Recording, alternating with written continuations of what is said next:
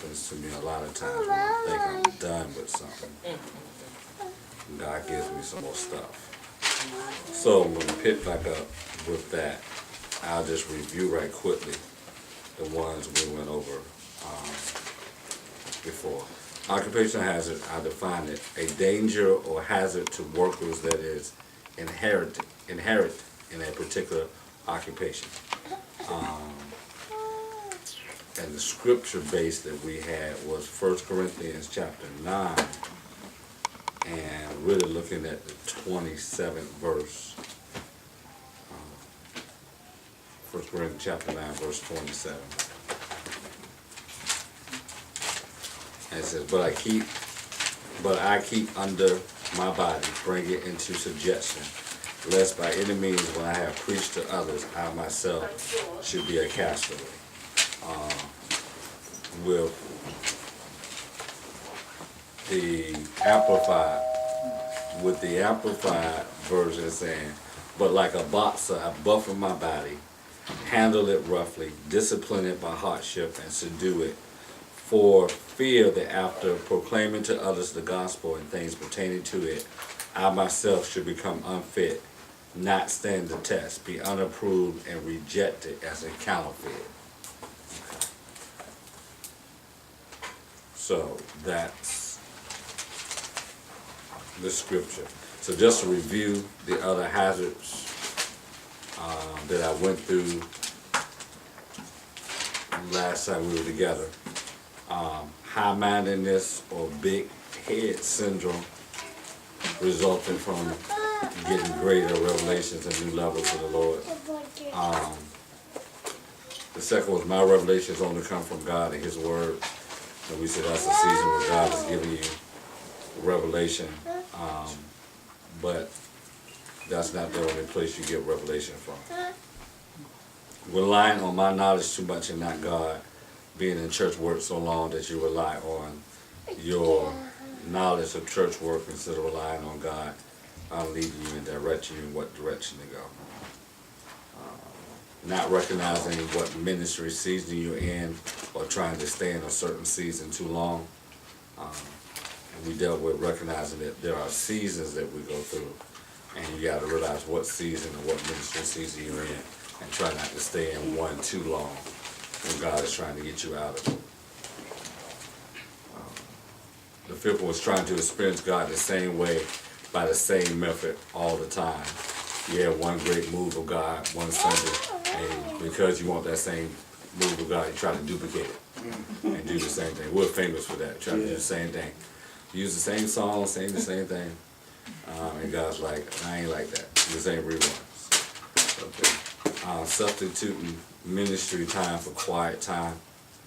And we said that happens, you get so busy in the ministry that you don't spend quiet time with God. And ministry is not a substitute for quiet time. And the seventh was doing something because it worked for somebody else in ministry. There's nothing wrong with getting ideas from other people, but you have to realize what works for somebody else may not always work for you. So not trying to make everybody else's method work for you. And then the eighth one was not being teachable or only from certain people. When we get in ministry and we think we have reached our potential, or we can only receive a word from a certain person or certain, that's one of the occupational hazards of ministry. So those were the 8 I dealt with last time we were together. I'm going to pick up some new ones. 9, 10, 11, 12, 13. 4 more, 5 more occupational hazards. Number 9, being hurt and disappointed by people. That is an occupational hazard. Go to Psalm 55. Psalms 55.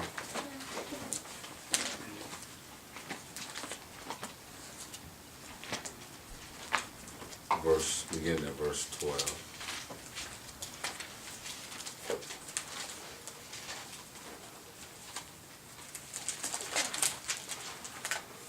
Psalm 55, beginning at verse 12.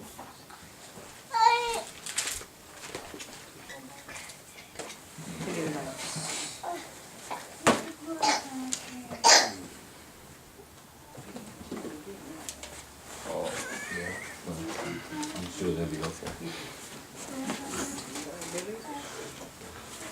Psalm 55, verse 12. For it was not an enemy that reproached me, then I could have borne it. Neither was he that hated me, that did magnify himself against me. Then I would have hid myself from him.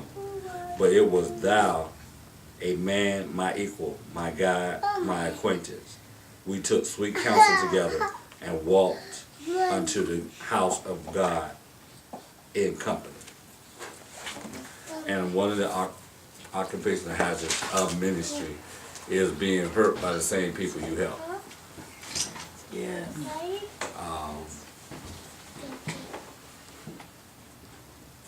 And it's a hazard you can't avoid, unfortunately. Being hurt by the same people you help. Feel like you're being betrayed by the same people who you're trying to get to a certain point. The flip side of that is that sometimes we feel like we're being betrayed by somebody because of our own insecurities in the ministry. So sometimes it's not that these people are trying to hurt you, but you have some own insecurities, and because of how the person is behaving or doing something, it touches your own insecurities, and you feel hurt by somebody who never had any intentions to try to hurt you. Perfect example, David and Saul. It was never David's intention to hurt Saul or to even try to take his kingdom.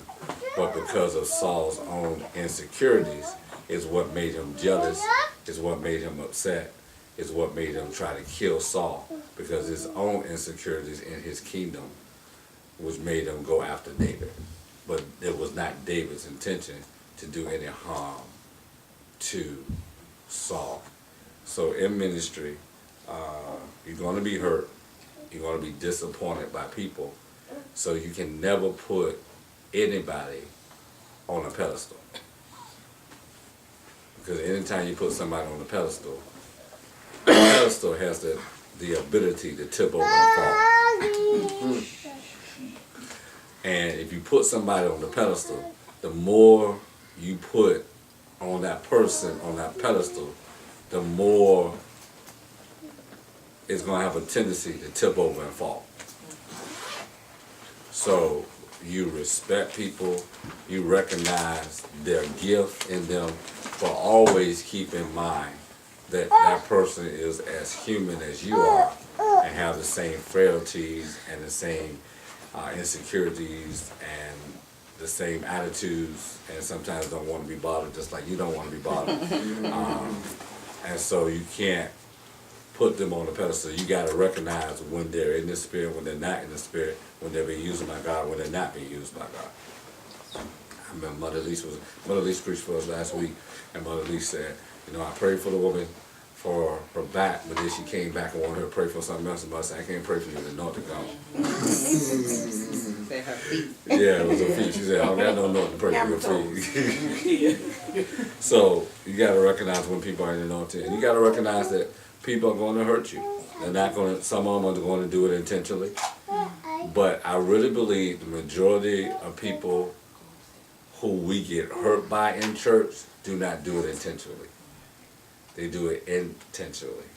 But it's our own insecurities and our own attitudes that cause us to be hurt more than somebody else. I remember I was listening to one pastor who was saying, I remember one person that came to the church and then they stayed a little while and they left. And he made a statement, he keep being hurt. And then I was thinking, well, why you keep building yourself up in these people? Because people will come and people will go. You cannot,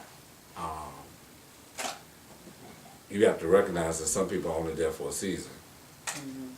And so you can't, every time somebody come, you can't throw out the red carpet and make a big fuss over them because they may not stay.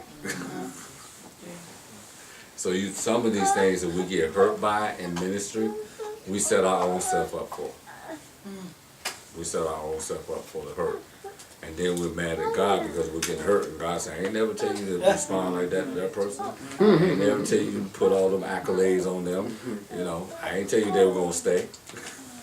So that's definitely one of the occupational hazards in ministry, being hurt and being disappointed by people. You know, Pastor, just to piggyback, talk about that season. We forget, I know you're talking about occupational hazards within the church, but that's also, when it comes to season, that's with anything in life. We have to realize that sometimes people are just there for a season, or we go through things just for a season. And sometimes we get upset when, like, we have friends, and the friends, we feel like that friend should be there all the time, and then they move away. They're like, well, God, why you take my friend away from me? But it's like they were just there for you for that time period. And I have found in my life that once I realized it, because I had so many people that come in that my life, and I realized they was just there for a season, and I was just there for a season. Right. And and up into my adult years, I have learned to accept that so much better. I'm like, oh, it was so good, when you see them, oh, it's so nice to see you, But just realizing that was just for a season. But it does not take away from your friendship. It does not take away from who that person was when they was with you a lot. It just was for that season. But that's a lot in life when it comes to season. One of the mother who helped us with our wedding, she came, she did the catering, she did everything. She was just there for a season. She came in enough time to set everything up for our reception for the wedding, and about a month or so after that, she was gone. Yeah. And so God will send people into your life for a season. We have a tendency to be too attached to people. And it's not God who is telling us to get that attached. He's warning us a lot of times, don't get attached. And we don't heed the warning. And so we get too attached to somebody who's only going to be there temporarily. And we get our own feelings hurt, and God doesn't console our feelings because he didn't tell us to get that attached in the first place. And even when you get attached, it's okay, as long as you know it was for that season, A lot of times we don't realize it. Yeah, and see, and then you have to respond the right way when God lets sending people